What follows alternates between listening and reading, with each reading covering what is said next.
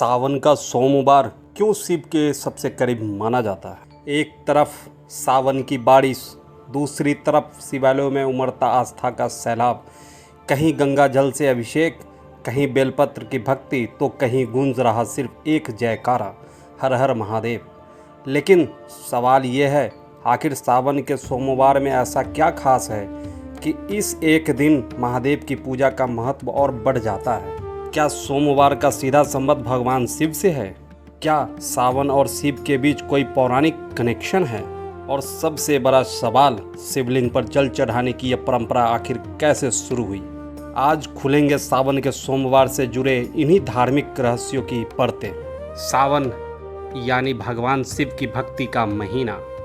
बारिश की बूंदों के साथ मंदिरों में बढ़ती भीड़, हाथों में जल, कांधों पर कांवर और जुमा पर बोल बम। हिंदू धार्मिक परंपराओं में सावन को भगवान शिव की आराधना के लिए विशेष महीना माना जाता है और इसी सावन में आने वाला सोमवार शिव भक्तों के लिए और भी खास हो जाता है। धार्मिक मान्यताओं में सोमवार को भगवान शिव की पूजा का विशेष दिन माना गया है, इसलिए सावन के सोमवार को भक्त व्रत रखते हैं, शिवलिंग पर जल और बेलपत्र अर्पित करते हैं और भगवान शिव का ध्यान करते हैं। लेकिन यहाँ कहानी सिर्फ पूजा तक सीमित नहीं है, इसके पीछे सदियों पुरानी धार्मिक मान्यताओं और कथाओं की एक पूरी परंपरा। अब कहानी पहुँचती है समुद्र मंथन तक। पौराणिक कथा के मुताबिक समुद्र मंथन से जब भयंकर विष निकला तो उसके प्रभाव से पूरी सृष्टि संकट में पड़ गई। देवता हो या दानव, हर कोई चिंतित था।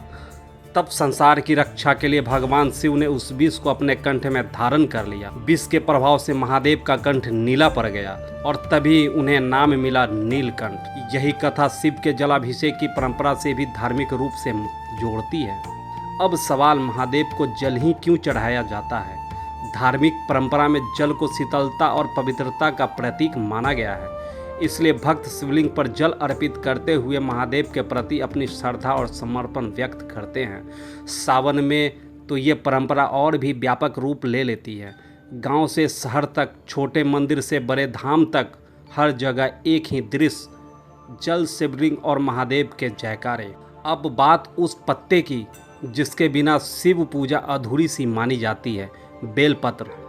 3 पत्तियों वाला बेलपत्र भगवान शिव को अत्यंत प्रिय माना जाता है। धार्मिक मान्यताओं में इनकी 3 पत्तियों को और आध्यात्मिक प्रतीकों से जोड़ा गया है। यही वजह है कि सावन में शिवलिंग पर जल के साथ बेलपत्र अर्पित करने की परंपरा दिखाई देती है। सावन सोमवार पर बड़ी संख्या में श्रद्धालु व्रत भी रखते हैं, लेकिन व्रत का अर्थ सिर्फ भोजन का त्याग नहीं, बल्कि अपने मन और आचरण पर संयम रखना भी है। शिव की आराधना, ध्यान, प्रार्थना और आत्मसंयम, इन्हीं भावों के साथ भक्त सावन सोमवार को महादेव की भक्ति में बिताते हैं। तो सावन का सोमवार आखिर इतना खास क्यों?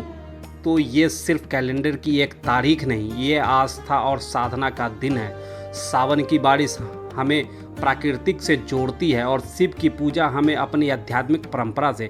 इसलिए लाखों भक्त सावन के सोमवार को महादेव के दरबार में पहुंचते हैं। सावन की बूंदें गिरती रहे, हिमालयों में घंटियां बजती रहे और भक्तों की जुबां पर महादेव का नाम गूंजता रहे।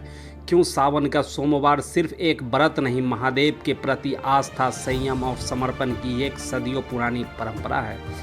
और जब शिव भक्त हाथ जोड़कर कहते हैं हर हर महादेव, तो ये सिर्फ जयकारा नहीं, ये उस आस्था की आवाज़ है जो सदियों से चली आ रही है। हर हर महादेव।